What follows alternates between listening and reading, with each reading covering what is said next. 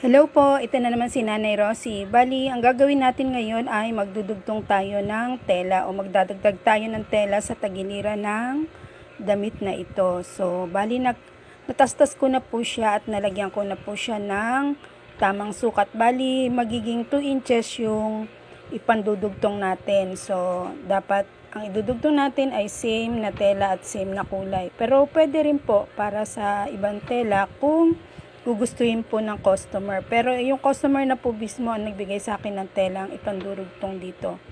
So, bali half inch lang siya dito sa blouse. Pero 1 inch po yung pandugtong na tela. Kasi mamaya po i-clean finish natin yan.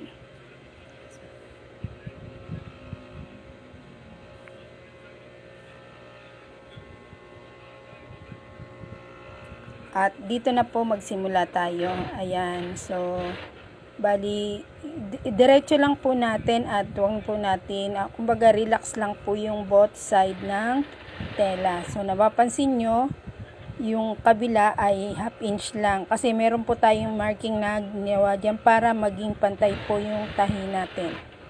So, ayan po siya hanggang sa bandang ibaba. So, ayan po.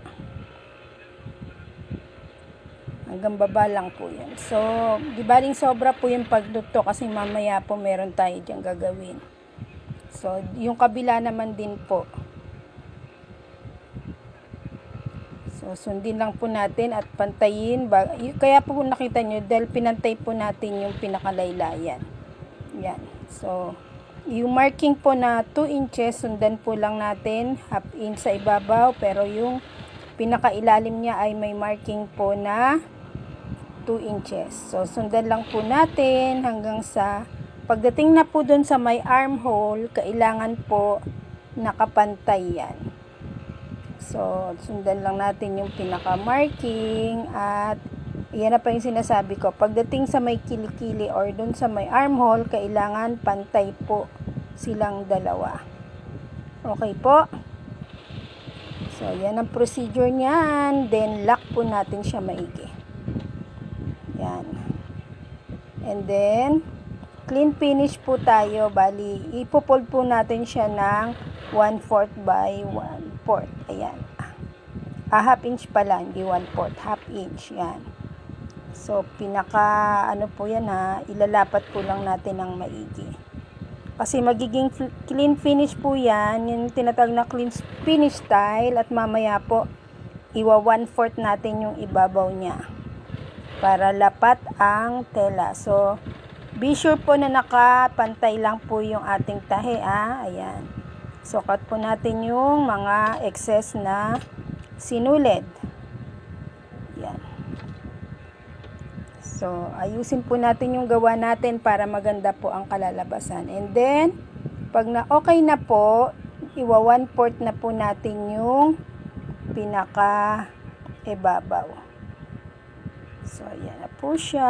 1/4. Lock natin palagi yung unang pagpasada hanggang dun sa pinakadulo po ha. O, ayan. So, 1/4. Ang pinaka-susundan lang natin ay yung presser foot. Ayan. So, lapat natin. Medyo i-open wide natin siya para hindi po maipit ang tela. At be sure na yung nasa ilalim ay nakalapat din. So, ako po kasi sanay na ako sa ganitong operation. Ayan. So, 1/4. Hanggang sa pababa, medyo makapal, kaya dahan-dahan baka maputol ang ating karayom. So, ayan na po. Medyo papasadahan ko pa ng konti para sigurado po yung kanyang hindi na matastas. O, then, yung kabila naman po, another 1/4 para sa kabilang side. O, diba? Kaya minsan nakakaano din po, kaya ingat-ingat dahil yung ating mga daliri ay baka yun ang matahi. Kaya ingat-ingat po tayo. Tingnan nyo, in-adjust ko po yung aking camera at medyo nagagalaw. So, ayan. Iayos po natin yung pinakailalim ha, para hindi na iipit.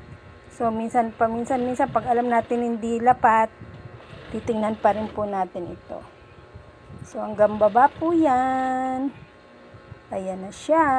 Okay, hanggang taas yan. Sa armhole po yan. So, lock po natin ng mabuti. At putulin po natin yung excess na sinulid.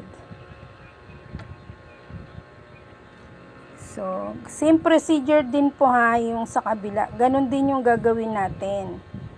So, syempre po, bali ang naging kalabasan nito is 1 inch by 1 inch po yung both side ng blouse na ating ginawa. So, ayan po, kailangan lapat po. So, i-check din po natin yung quality at kung kailangan ma-trim na mga sinulid, tanggalin po natin. Ayan.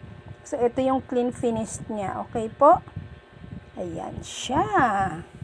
So, nadugtungan na natin siya. So, kasya na to dun sa may-ari. Ayan na po yung ating finished product. Marami pong salamat. Follow and share more my videos. Thank you and God bless.